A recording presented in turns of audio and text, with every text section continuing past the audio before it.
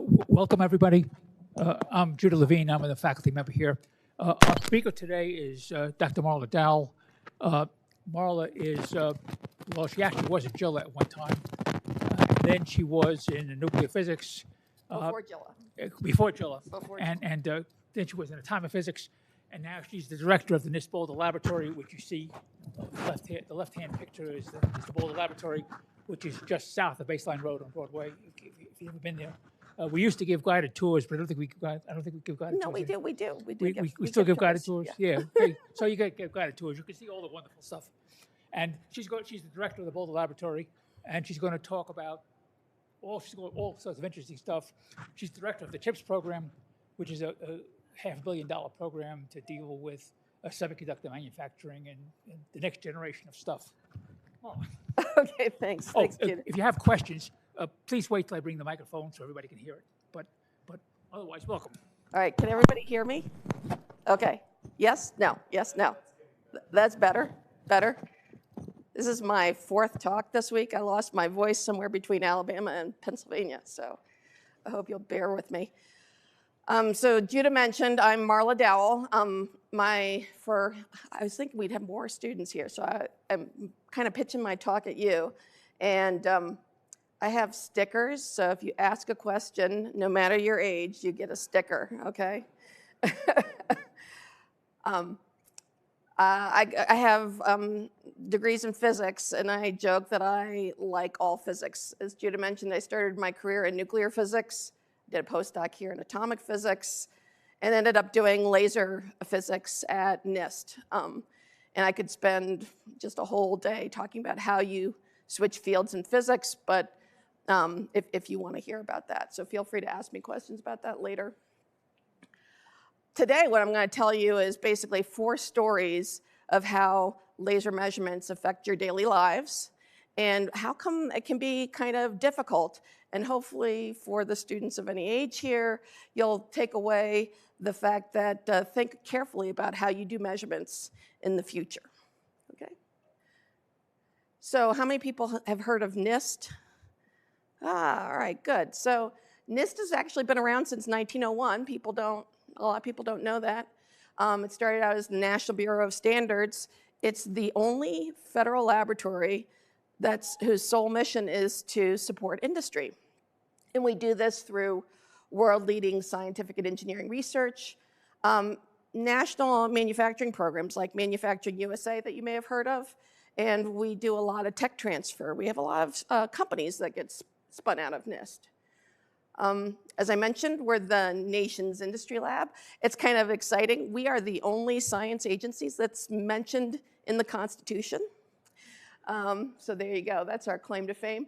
George Washington talked about the importance of measurements in the first State of the Union address. My personal favorite is the quote from Lord Kelvin: if you can't measure, you can't improve it or innovate. And up to 92% of US exports depend on measurements and standards. So you can see that it's sort of really important everywhere. But let's try and make this a little bit more personal. How many people have renovated their house or done something like that? A couple of you, right? So you can imagine, why is metrology or measurements important? If you've ever done a home improvement project, and maybe you're renovating your bathroom. So you had a plumber and you had a framer and they had a blueprint. Imagine, if you will, if they didn't have the same ruler or if their ruler wasn't calibrated. You could wind up with your sink in your living room, which would be a bad thing, okay?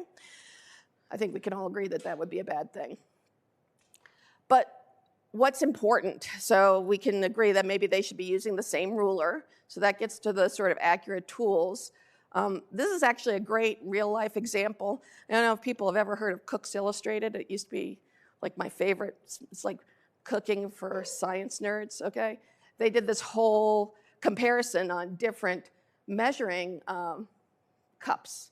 And it turns out when they looked at all these different measuring cups, they actually weren't all one cup, wasn't necessarily one cup. So here you see is the actual value for those 4 different types of cups. So having an accurate tool is really important. But it turns out having good measuring practices also, how people use those cups, is really important too. And so here's an example where person A uses those different cups, and maybe they are a scooper, okay, and they don't scoop to the top. I'm a scooper. And person B might use them a different way. So you can have variability just from different people using these different cups. And that's okay if you're making cookies, but it's probably not so great if you're trying to make a souffle, okay? So accurate tools, good measuring practices, but also what you're trying to do.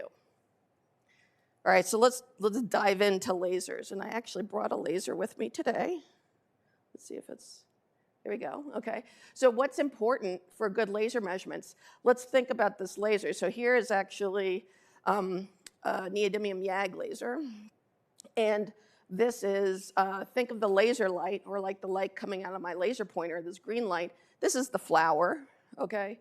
And this little round black thing right here, that's my laser detector. In this case, it was measuring laser power. So that's like my cup. The thing about lasers is there are lots of different parameters that you care about depending on the application. You might care about power.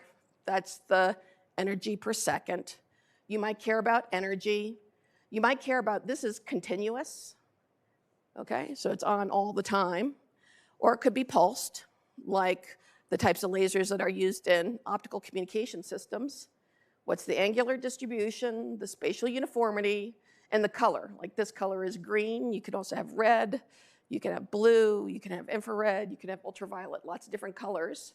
And then you can also have all these different detector parameters too, like the temporal response, or how it responds with time. Angular response, linearity is if you put in a watt, and you measure a watt, and then you put in 2 watts, you double it, does the signal double, or does it actually go up exponentially? So that's whether or not it's linear. So lots of different things that you have to take into consideration when you're trying to make these laser measurements. So why should you care about laser measurements? It turns out, how many people have like have a phone that has facial recognition in it? Okay, guess what? All your phones have lasers in them. Okay? How many people have a car that makes an annoying beep when you get too close to something? Okay? Your cars have lasers in them. How many people have a DVD player? Okay, there you go. So you got lasers. So you got lots of lasers. You'd be surprised how many lasers each person owns. But there are lots of things like medical applications. LASIK, I don't know if anybody here has ever had LASIK before. That's the laser eye surgery correction. Photodynamic therapy, which I'm going to talk a little bit about. That's lasers for cancer treatment. People use lasers for removing tattoos. And I could spend an hour telling you why you might want to be careful about doing that. And then there are a lot of lasers used in dental procedures. If you've ever done a dental procedure and they made you wear these really dark glasses, they're probably doing a laser procedure on you. I mentioned communications. There's also sensing.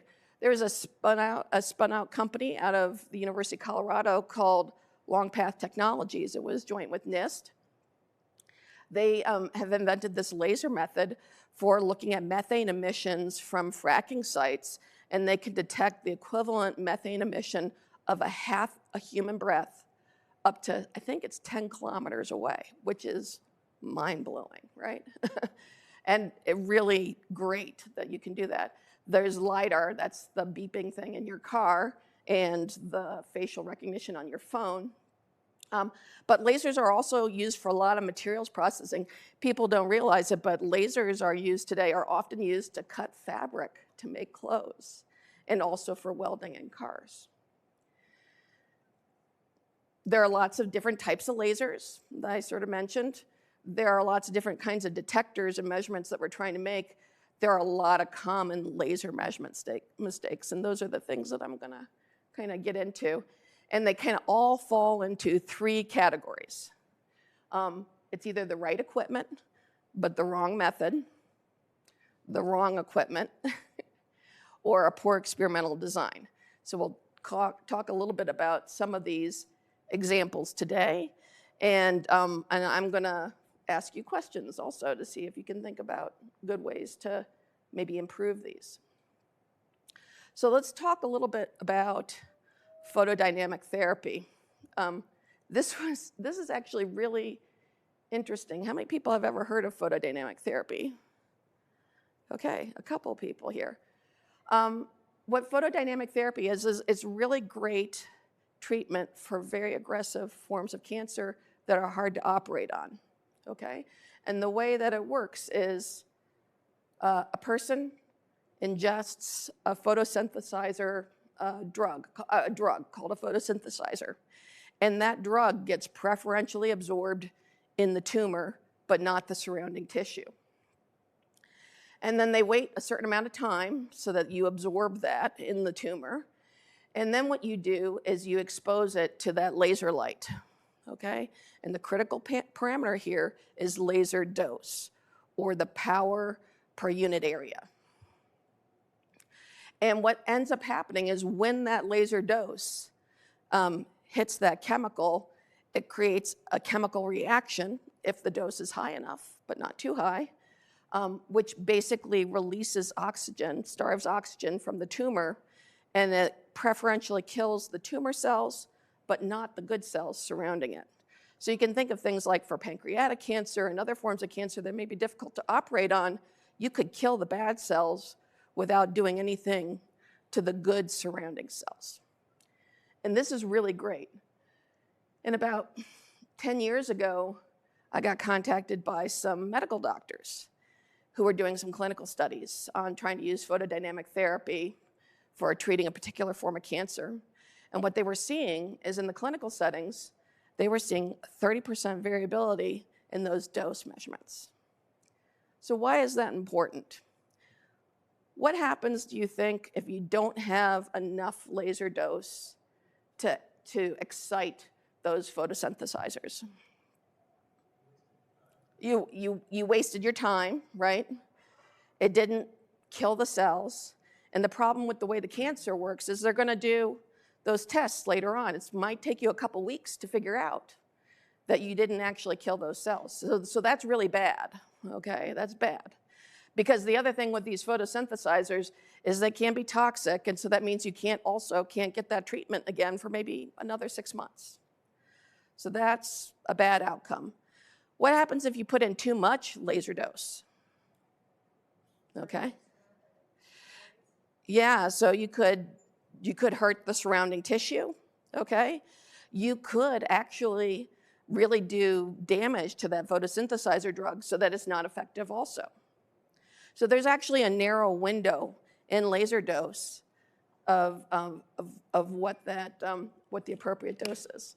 And let's see, there you go. You may be covering this later. I just wanted to ask, so you mentioned pancreatic cancer, which is very deep in the body. And so, for example, with radiation therapy, there's a lot of potential damage to the tissues from the surface to the target.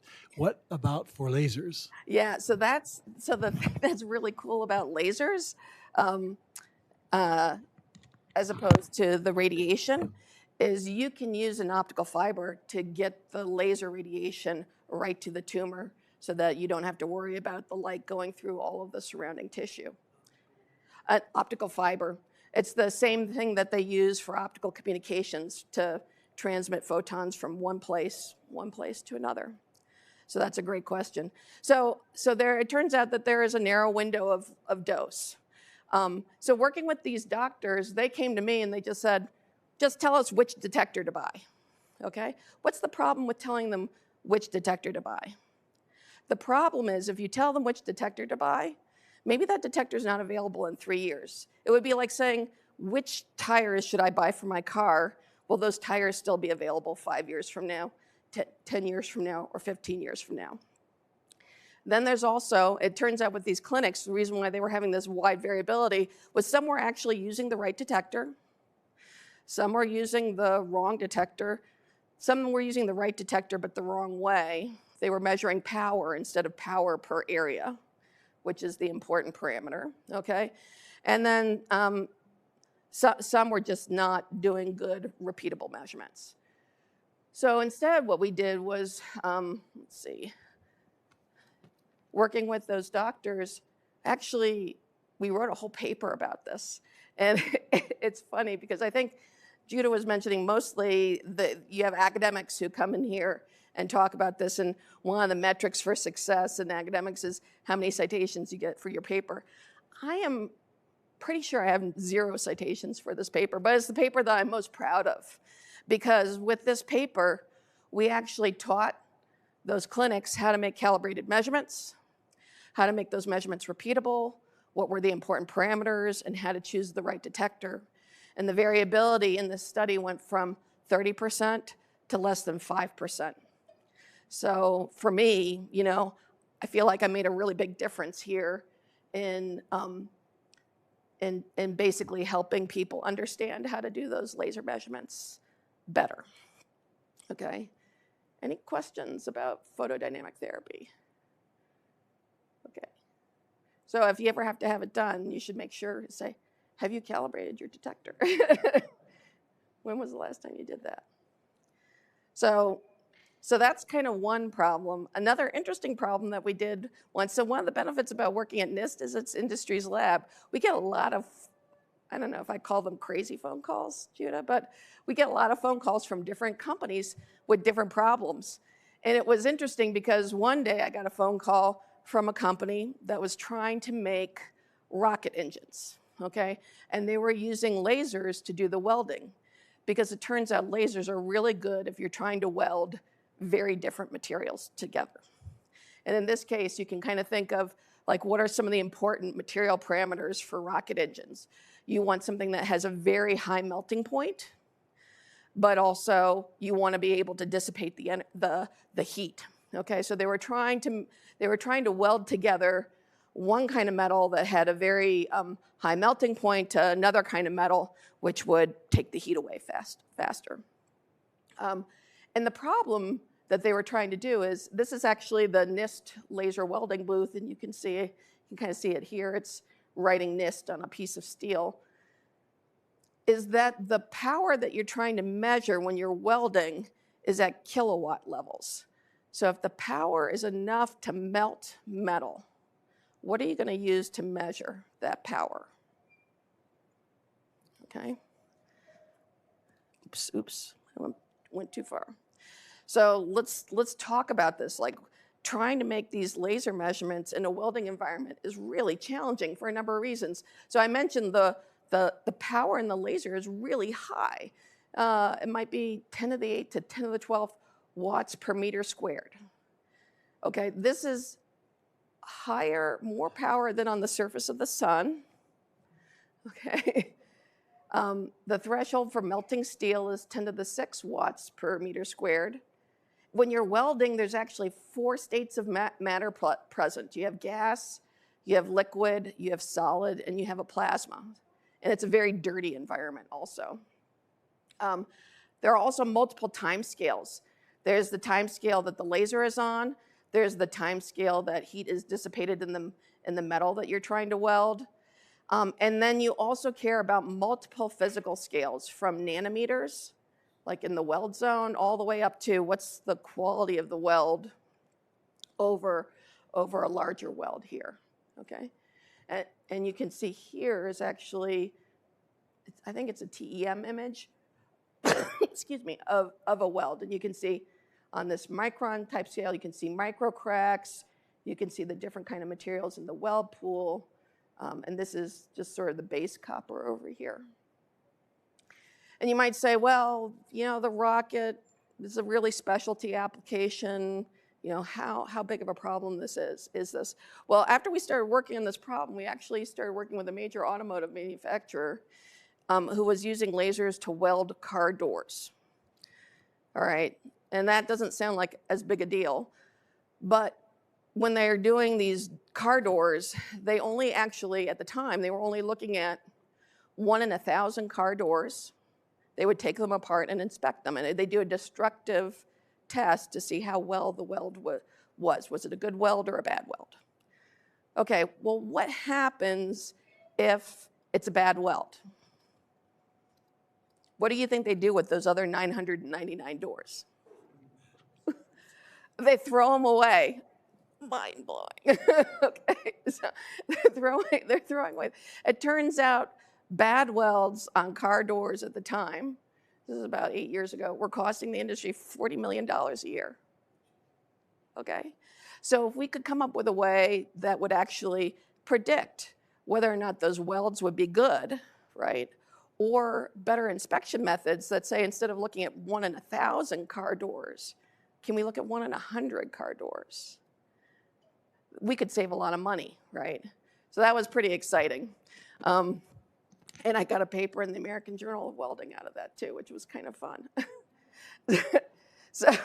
So we came at this from 2 different perspectives. One is it turns out that people were not measuring their laser power right. They weren't using the right detectors. The kind of detectors that they were using were getting damaged as they were trying to make those laser measurements. Because if they were sort of melting the detectors or they would heat up the detectors.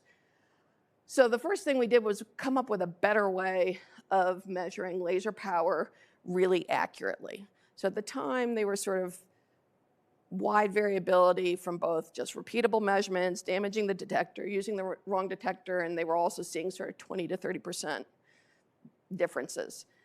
And at the time, there are 2 main ways of measuring laser power, either thermal. So what that does is the way that it works is it takes the laser, it's absorbed on the surface, the laser power is turned into heat, and you measure the temperature rise due to the laser power. It's not going to work, right, if you have a kilowatt laser. The other way is quantum detectors, where it converts a photon energy to an electron energy. It's also not going to work. You're just going to melt those detectors. And some very clever people at NIST, actually it was John Lehman, came up with this idea that at these power levels, the force from photons on a surface was measurable. And it turns out that the equivalent force of a 4 kilowatt laser is about 26 micronewtons. So by putting a mirror on a force meter, we could bounce a laser off a mirror and measure how much power was in the mirror, was in the laser. Yes? I just want to ask a basic question about the photon. Yeah. Which I'm trying to remember, it has no mass, or it's thought to have no mass. Photons have momentum. Photons have momentum. So the way to think about it is, think about if I have a tennis ball and I bounce it against the surface, right? It's going to exert a force on that surface, okay? So it's the same thing with the photon on a mirror. Think of the photon as like a tennis ball. But it is thought to have no mass? It has yes, so momentum and energy. So the change in momentum generates a force, okay? And you can measure, it turns out you can measure force very accurately. Yes? Just a real quick question. So you're using a force detector for these kilowatt lasers. How is your stuff not melting then? Because isn't it supposed to be melting? Yeah, so here's the thing is so you can get a mirror, we can get mirrors that are 99.99% reflective, okay? So if it's reflecting the light, I'm bouncing the light off the surface of these mirrors, it's not being absorbed.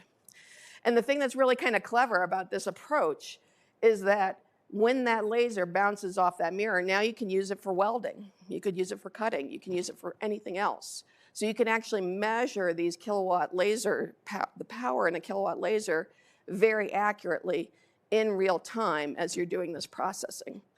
And it was a game changer for a number of people who are trying to use lasers in welding for different applications.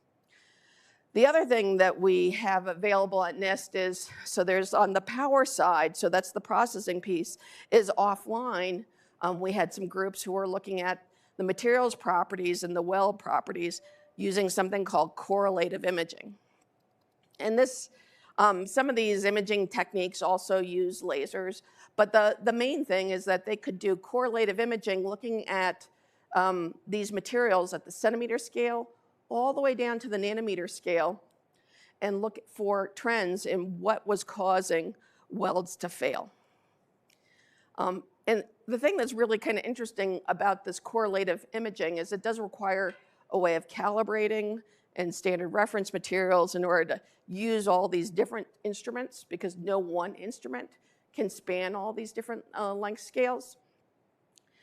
But using these kind of techniques, they were able to actually see that for bridge steels, sometimes the placement of a single copper atom could mean the difference between whether that bridge steel failed or was still strong enough for its application. And the other thing that was really kind of interesting about this correlative imaging technique is they could actually then start doing different processes on those bridge steels and say at what point, what's the mechanism that's causing that bridge steel to fail, and some of the similar things with the welding that we were doing. One of the other things that's kind of interesting about laser welding is it's much more efficient than traditional welding. And so that's one reason why people are interested in being able to use it more widely, and why measurements like these are really important in order to have broader adoption of laser welding. Yeah? Can you give an approximation of how many welds there are in a typical car? Oh, there are a lot of welds, but I actually don't know. I wouldn't even be able to hazard to say, but if you just think about just the door itself, what's interesting about a car door is that if you think about it, it's like a big rectangle with a hole in the middle, right? They don't cut the hole. It's usually one welded piece here, two on the side, and one on the bottom, because that's less waste than having a blank and cutting a hole in it. So every piece starts out as a piece and gets welded, because the whole body is welded. yeah. There must be a zillion welds. Yeah. But actually, if you think about it, your phone has welds in it, okay? Your computer has welds in it. A lot of the furniture, if you have metal furniture, actually these chairs in this auditorium have welds in them too. So welding's been around for 100 years, but we still have a lot to learn, which is kind of the fun thing about physics. Any other questions about welding? No. Okay.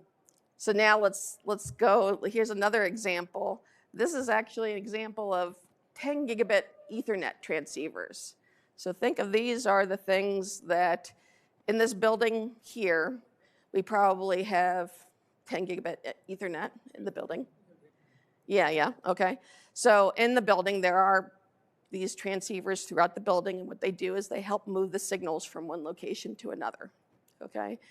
And these 10 gigabit Ethernet transceivers were introduced about 10 years ago, and when they first came out, a lot of them failed the tests, okay? And it was a big deal because in this case, this is the same transceiver, and this is two different oscilloscopes that they did the test in, and one oscilloscope passed the transceiver, and the other oscilloscope failed the transceiver, okay? And in this case, what ends up happening is if the transceiver fails the test, they throw it away. Because you don't actually, if you think about it, if you've ever been through a project where they put Ethernet into your building, it's very disruptive. They have to put holes in the walls. So you never want to put a bad transceiver in the field because it's really challenging to replace. So when these first came out, the estimate of failing, how much money they were losing just from failing perfectly good transceivers was about $200 million a year. It's a big number, okay?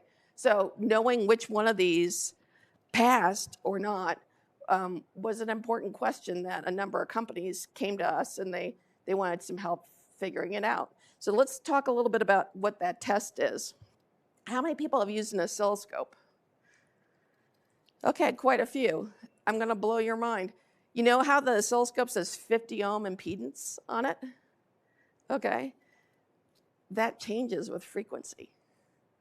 So most people just use oscilloscopes for like a conventional measurement, and it's not very high speed. So the fact that it's not perfectly 50 ohms at all frequencies is irrelevant. But what ends up happening is when you try to measure a 10 gigabit Ethernet transceiver, the fact that that frequency is changing, that impedance is changing with frequency, can mean the difference between a good measurement and a bad measurement. So how do these measurements done? So a 10 gigabit Ethernet transceiver is sending pulses of light around, and what they care about is the bits, 0 and 1, 0 and 1.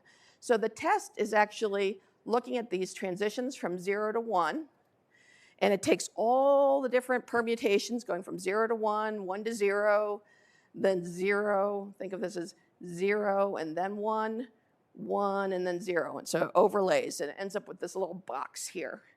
And if the eye, this is called an eye diagram, if the eye is very open, then that means that you got good fidelity and whether or not you have a 0 or a 1. Okay, so then the transceiver passed the test.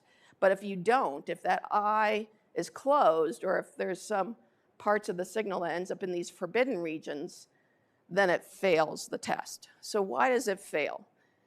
Well, about 10 years ago, if you bought an oscilloscope, and today if you buy most sort of conventional off-the-shelf oscilloscopes, the kind that you would use in, say, a high school or an undergraduate lab, they calibrate them and they give you two parameters. One is the rise time.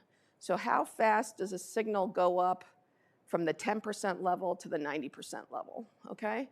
And then it will also do peak height or peak voltage, okay? So what's the voltage per section in that oscilloscope? But here's the problem. Here are two different responses from these gigabit Ethernet transceivers. They have the same rise time, but do the pulses look the same? No, okay? So that's a problem, right? So rise time is really not a good parameter for trying to do these measurements on these 10 gigabit transceivers. We really need to know, what does the full waveform look like, right? All the points. So let's think about how these, and the reason why you should care about this, this is the thing, when we started looking about this was really kind of interesting. Turns out we did a back of the envelope calculation, because that's what physicists love to do. And we thought, how many freshmen across the United States take freshman physics? And you can look that number up in the APS statistics. Turns out at least 200,000 students learn how to use an oscilloscope in college every year, which is a lot of students, okay? At NIST, we actually looked in our property database. Turns out there's an oscilloscope at NIST for every 3 staff members, and that includes everybody. That includes not just the scientists, but also the people who do payroll and HR and everything like that. So that's a lot of oscilloscopes, and they probably have a lot of oscilloscopes here at CU also. And it turns out that this global market in oscilloscopes is about $2 billion a year. So it's a really big market. Trying to understand how these oscilloscopes work and so that people can use them correctly is important. So the way that an oscilloscope works, and here's kind of 3 different examples of oscilloscopes, is you have the signal that you're trying to measure. That's the source. You can think of your oscilloscope as like a channel and a receiver. There's a part of the oscilloscope that's receiving that signal. That's called the channel. And then the receiver is the detector that's detecting the signal, okay? And then what you end up getting out is this measured output. And the reason why that source, in an ideal situation, the source would equal the measured output, right? But as I mentioned, there are things like the fact that your oscilloscope isn't perfectly 50 ohms at all frequency responses, and lots of other reasons, you know, sort of the time responses of the channel and the receiver that end up causing distortion in the signal that you're trying to measure, okay? So the question, and the way to think about this is really challenging, is because this is a dynamic measurement. This is not a measurement where it's like a CW laser that you can just sort of measure it and wait a long time and get a more accurate measurement. You know, you're gonna send a pulse and then in nanoseconds, the pulse will be gone. So we thought a while about it, and we figured out that, a way to actually calibrate out this channel and receiver response. And the way that we did that is we took a source that essentially acted like a delta function. Does everybody know what a delta function is?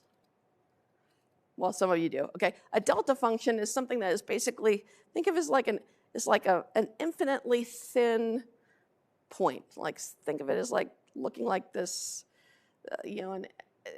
Yeah, and like pretend that that's a pencil instead of this envelope there for the source, okay? So it turns out if we send in a pulse, which is just much faster than the response of the channel and the receiver and the oscilloscope, we can actually, on a point-by-point basis, map out the whole oscilloscope response, okay? So basically think of it as getting a calibration function of the oscilloscope. And instead of just the rise time, we're getting what we call the full waveform measurement there. And that's essentially what we did. It's this NIST electro-optic system method. It also characterized the impedance at all these different frequencies. It turns out this is really good not just for calibrating oscilloscopes, but a whole bunch of other, think of all this other high-speed test equipment that's available out there, mostly used in the communications industry, but there are also lots of other applications as well. And by having that full waveform response on that point-by-point basis, we could take these signals, these eye diagrams that we were measuring before, and apply a correction function so that companies could, even if they had two different oscilloscopes with two different answers, as long as it was calibrated, they could actually get the same answer. So yes, people have been asking questions. I haven't. The actual wave, the 10 gigabits per second means each change from 0 to 1 or vice versa Can happen. happens in 1 times 10 to the minus 10th seconds. That's right. And all the sampling you're doing, let's say you divide that into 10 points, then you're 1 times 10 to the minus 11. So it turns out if you do some Fourier analysis, it turns out what you want is basically to be able to sample at 10 times faster than whatever the pulse is you're trying to measure, okay? So if you're trying to do a 10 gigabit Ethernet transceiver, then you have to actually be able to do it at 100 gigahertz, okay? But today, people are trying to make 100 gigahertz transceivers, which means you need a terahertz to keep ahead of them, okay? So what's interesting is that the problem that we had 10 years ago with these 10 gigabit Ethernet transceivers, we're having again today. And the upshot is that currently there's no traceable equipment for 6G technology. And that's kind of why you should care. Because until we have that calibration equipment, then it's going to be hard to know which ones actually pass the tests and which ones fail. Any other questions? Okay, so here's my last example. Hopefully you're finding these examples interesting. A design of experiments. How many people have heard of design of experiments? Oh, good, okay. So this is really important. I don't know if we have any college students here? High school, all right, one college student, okay. If you ever have a chance to take a class in design of experiments, or even like listen to some lectures online or something like that, this is really important. Because today, when we're trying to do measurements, a lot of the systems that we're trying to characterize are really complex. They have a lot of variables. There are a lot of dependent factors. Maybe it's temperature, maybe it's the calibration factors. Think about trying to do tests on a complex system like a car with all the different sensors that are on it today. Or maybe it's a system that's being controlled by artificial intelligence. There's a lot of different factors going on kind of under the hood. And what a design of experiments allows you to do is there are different ways of doing comparative testing. You can use it for screening characterization.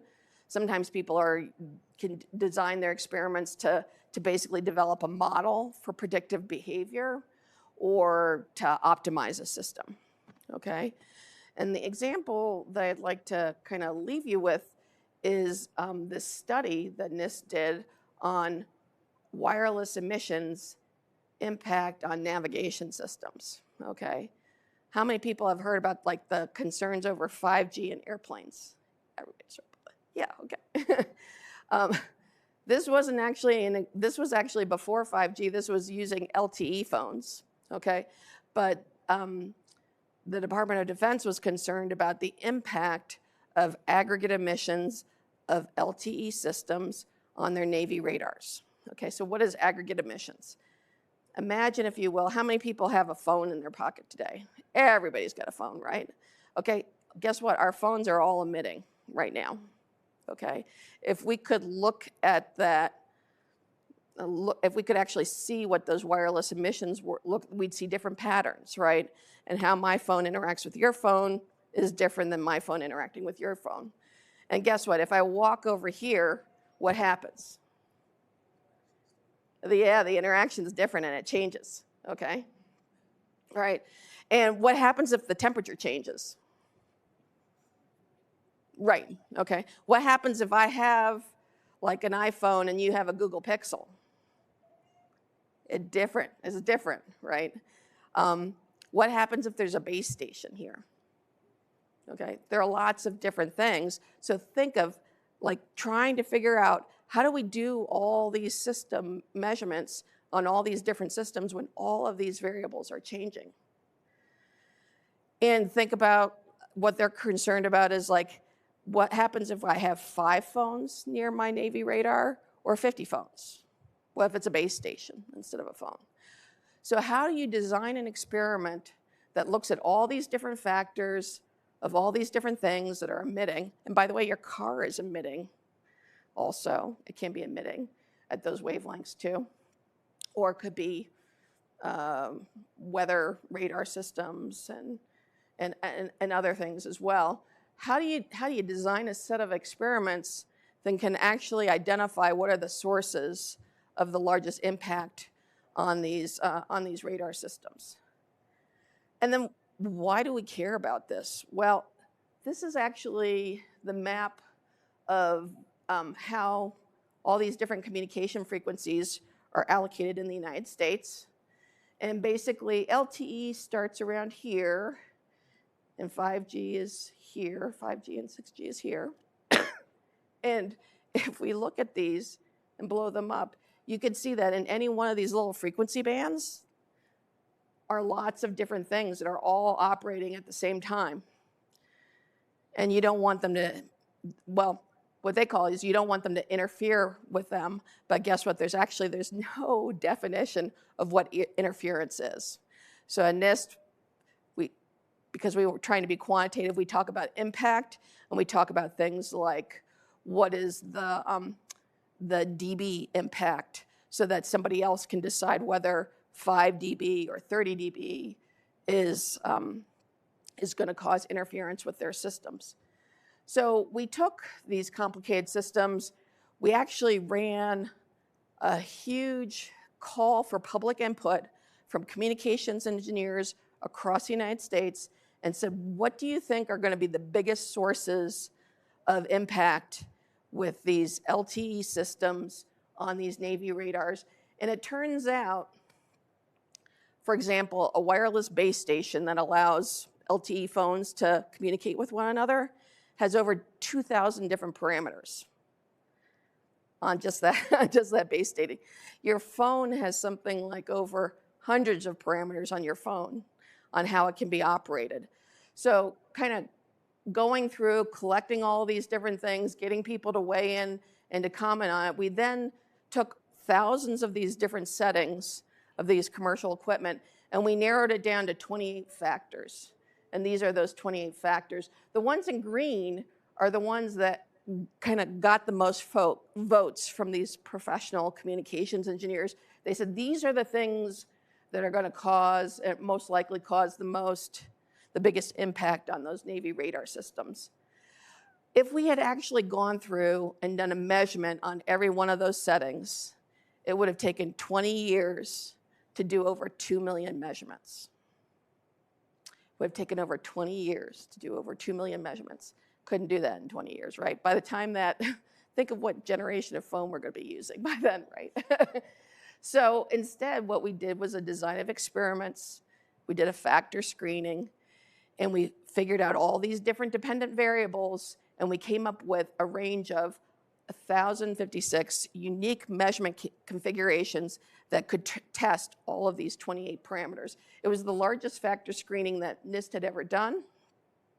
And the thing that actually made this a little bit more challenging was the fact that the response variable that we were trying to measure wasn't a scalar, it wasn't a fixed number. These wireless phones that you're emitting are actually emitting in a distribution that has a time dependence. The other thing that was really hard is that it's commercial equipment. Do you think your phone is set up to make measurements on it 24/7? No, it's not like a standard piece of test equipment that you would have in your lab. And because we still had over 1,000 measurements that we had to do, we had to automate all this commercial equipment, which was really challenging also. And what we needed to do, because we knew that things would be changing with time, is to build in regular calibrations of all of this equipment as we're making all these measurements. So what was interesting that came out of this, so we did all of that work. It's the first time anybody had ever actually done a statistical analysis on commercial communication systems. And the two most important factors that they could change were not any of these top 7, but actually how the power was controlled on the base station. And down here, this is some of the uplink channel resources on the phone. So it turns out, in this case, just by changing how the base stations were operated, going from an open loop power control to a closed loop power control, reduced the impact on those Navy radar systems by 80%, which was acceptable to the Navy folks. And it's a big deal because it turns out, I mean, like these random things that you learn, turns out that 80% of the people in the United States live within, I think it's 20 miles of the ocean or 50 miles of the ocean. And so you want to be able to use your phone near the ocean where people have Navy radars. And now by just changing the base station settings, people can do that. And we're working on studies sort of related to that with 5G and the airplanes as well. We can come up with measurements and identify what are the dependent parameters that cause the most impact on those plane systems. So that's it. Those are my stories for today. Hopefully you found it entertaining. Go forth and make measurements. But ask yourself as you're doing this, are you using the right equipment? Are you using the equipment the right way? And do you know how to spell equipment? And how good is your experimental design? And I want to make sure that this is a lot of work from a lot of different people. There are a lot of great folks at NIST. And if you want to learn more about any of this work, these are folks who have been working in that space. So I want to give a big shout out to all of those folks. And since we have an undergraduate student, I hope you apply for a summer undergraduate research fellowship here at NIST. So thanks. Okay. Thank you, Marla. Questions? Yeah. So you mentioned that it was important to have pure 50 ohm power, I guess, for the oscilloscope? No, not necessarily. It's just to understand how it's changing, right? And to recognize that it's not 50 ohms all the time. So but if you want to trust the output? Well, so it depends. It depends on frequency. If you're using your oscilloscope in a standard high school lab, it's a non-issue because you're not. For your purposes. But for our purposes, we needed to understand what the impedance is as a function of frequency. Yeah. The signal, if it's not exactly 50 ohms, part of the signal will bounce back. And so what you see is not really what's there because part of it has bounced back, and that's it distorts. It distorts. Yeah. You want the thing expects 50 ohms, and if it's not 50 ohms, then part of the signal bounces back, and it bounces back and goes back in the cable and hits something else and bounces back, and you see these rings rattles around, which are the signal bouncing back and forth in the cable. It's yeah. a very undesirable situation. Yeah. What you're seeing is not really what's there. You're creating problems. Yeah. Okay. Yes. Other questions? Sure. How many inquiries do you get a year, and how many are you able to handle? Yeah. Yeah, that's a great question. Yeah. So the question is, how many inquiries a year do we get at NIST? How many can we resolve? And how many can we work on? You know, that's hard. We get a lot more inquiries than we can work on.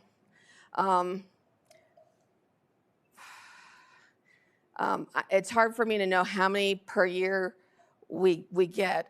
The thing that we've done, a lot of resources, if you go to NIST, all of our documents, all of our publications are in the public domain. It's required as part of the Open Data Act that was passed under, I think, President Obama. So there are documents at NIST that actually are best measurement practices. There's actually a document on the NIST webpage about how to design experiments. There's the guide for uncertainty in measurement. So there's a lot of resources out there, and things like calibrations at NIST.gov is a great place to start if you have a question about how to measure a particular quantity. Okay. My personally, like how I decided to work on these things, it was often, I got multiple questions from sort of similar things, like with the welding example. And the photodynamic therapy one, that was a no-brainer. You know, when these doctors came to talk to me about that one, I knew that could be a real difference maker. Other questions? Just to answer your question, I work on the time service. I get about 10 requests a day for help. Yeah. Most of them come by email, and most of them are simple questions because people don't understand the service, they don't know how to use the service. Yeah. The more complicated questions are much more difficult to answer. Yeah. Yeah. Other questions? As an agency, do you keep track of how much money you save industry per year, or for reporting? So if you go to NIST website, they do economic impact reports. So one of the ones about 10, 15 years ago, they did an economic impact report on the laser calibration services, which is where I started my career at NIST. And I think if I remember correctly, the number that they quoted from that economic impact report was that for every $1 of research that we spent at NIST on that, it generated $50 of impact to the U.S. economy. The part that doesn't measure in my mind, though, is over at NIST Boulder, about half of our staff are students, they're postdocs, or other visiting scientists.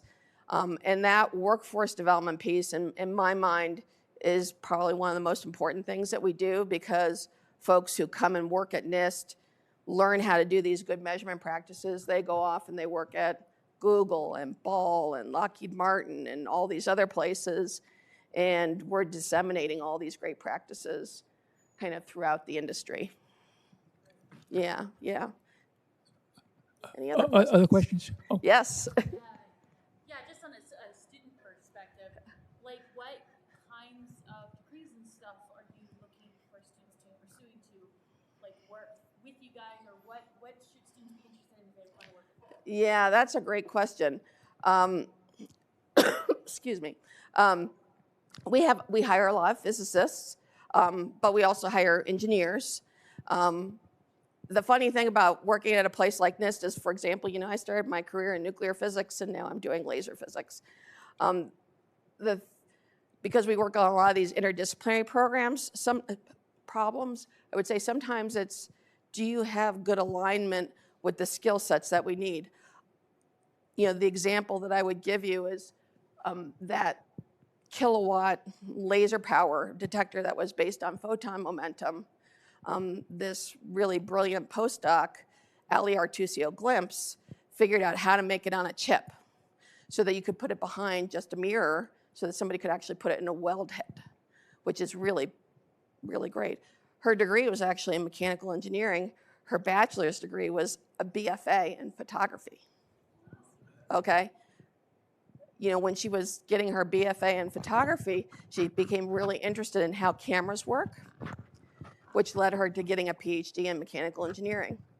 So it's really, I think it's really important to maybe having a degree that's sort of recognized and well aligned with like a job thing is sometimes easier to get your foot in the door, but sometimes it's really focusing on where the skill sets that they have that align with the problem that you're trying to do.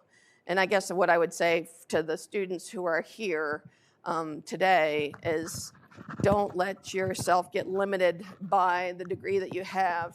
If you discover a passion later on in life for something that's not quite aligned with what your degree is in, you can become, like I joke, my dad wanted me to be an engineer. My form of rebellion was to get a physics degree.